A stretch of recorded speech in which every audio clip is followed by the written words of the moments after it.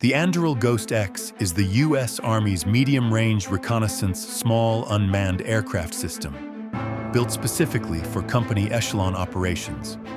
Soldiers quickly assemble it by installing batteries, enabling fast launch and real-time control for critical battlefield reconnaissance.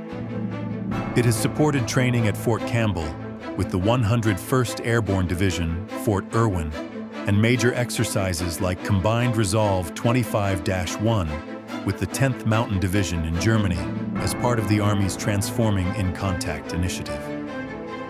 At the end, the Anduril GIDE 3/ADE 5 technology shines through its sensor tower, which operated during the 2021 Global Information Dominance Experiment 3 and Architecture Demonstration and Evaluation 5 at Alpena and Camp Grayling, Michigan.